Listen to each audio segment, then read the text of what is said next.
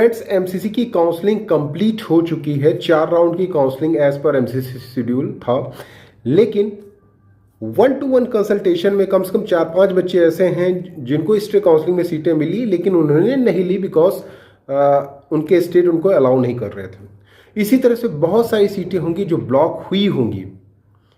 अब यहाँ पे बच्चों की गलती नहीं, यहाँ पे गलती है एमसीसी की। एमसीसी उन सीटों को ब्लॉक कराया क्योंकि इसका रूल ही कुछ इस तरह के था कि जो बच्चा मॉपअप में चॉइस फिलिंग कर लेगा उसकी चॉइसेस अल्टीमेटली स्टे तक जाएंगी और स्टे में उसको सीटें मिल जाएंगी, whether he is able to join और नॉट। अगर उसका स्टेट उसको रिजाइन करने के लिए अलाउ करता है तभी वो स्टे काउंसलिंग की सीटें ज्वाइन करेगा, वरना वो छोड़ देगा। तो 101% स्टे काउंसलिंग में काफ़ी सीटें बची होंगी, दैट इज फॉर श्योर। तो यहाँ पर एमसीसी की गलत काउंसलिंग की वजह से, गलत नॉर्म की वजह से, हालांकि एमसीसी ने हमेशा कहा है कि हम सीट ब्लॉकिंग को रोकना चाहते हैं। सीट ब्लॉकिंग को आपको अगर रोकना था तो फिर मॉपअप में क्यों नहीं ऐसा रूल लेके आए कि केवल वही बच्चे जाएं जिनको सीटें लेनी है स्टे तक। तब तो आपने ऐसा रूल नहीं लिया, या फिर स्टे काउंसलिंग के लिए अलग से आप रजिस्ट्रेशन कराते, अलग से चॉइस फिलिंग करते, तब तो ठीक था। केवल वही बच्चे आते जो कि कहीं पर भी सीटें जिनको नहीं मिली हुई हैं। अब आपकी सीटें वैकेंट हो गई हैं, अब आप उसको काउंसलिंग करा नहीं रहे, उसकी ऑलरेडी 2-3 महीने से क्लासेस चल रही हैं, तो ये डिले हो रहा है क्योंकि कुछ भी अभी इंफॉर्मेशन एमसीसी की वेबसाइट पे नहीं आ रहा है कि वो क्या करने वाले हैं उन वैकेंट सीटों का जो कि स्टे काउंसलिंग के बाद वैकेंट हुई हैं।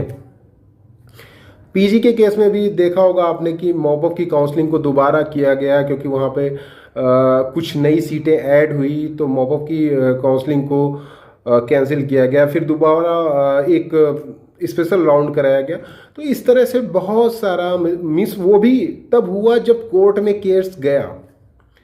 तो इस तरह से अगर आप देखेंगे तो बहुत सारा इसमें गलती है एमसीसी की, क्योंकि अगर कोई भी स्टूडेंट कोर्ट में जाता है या फिर इसके रिगार्डिंग जाता है तो उसके पास पूरा मैटर होगा जेन्यून, अगर जेन्यून बात की जाएगी कि हम बिकॉज ऑफ एमसीसी फ्लॉज हमें सीटें नहीं मिली हैं या हमें अच्छी सीटें नहीं मिली हैं, डिजर्विंग स्टूडेंट को वो सीटें नहीं मिली जो वो डिजर्व करते थे, और ये सीटें ब्लॉक होके अल्टीमेटली वैकेंट हो गई हैं।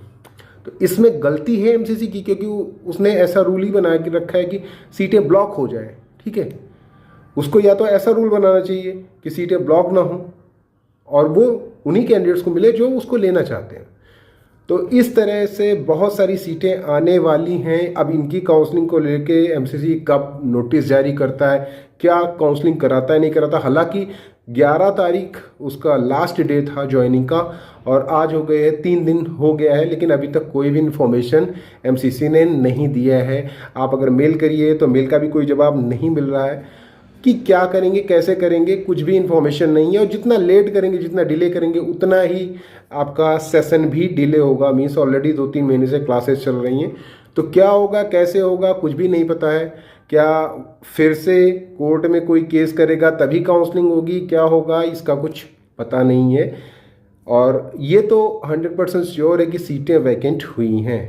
देखते हैं क्या होता है, कुछ दिन का वेट करते हैं और कोशिश ये करिए कि एमसीसी को मेल करिए।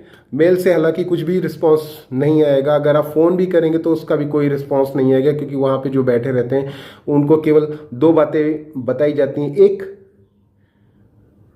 ईमेल टू द डीजीएमई, ठीक है, और दूसरा कि क्या कहते हैं, ये बोलते हैं कि वेट फॉर नोटिफिकेशंस, मतलब इसके अलावा वो कुछ नहीं बोलते हैं आपको।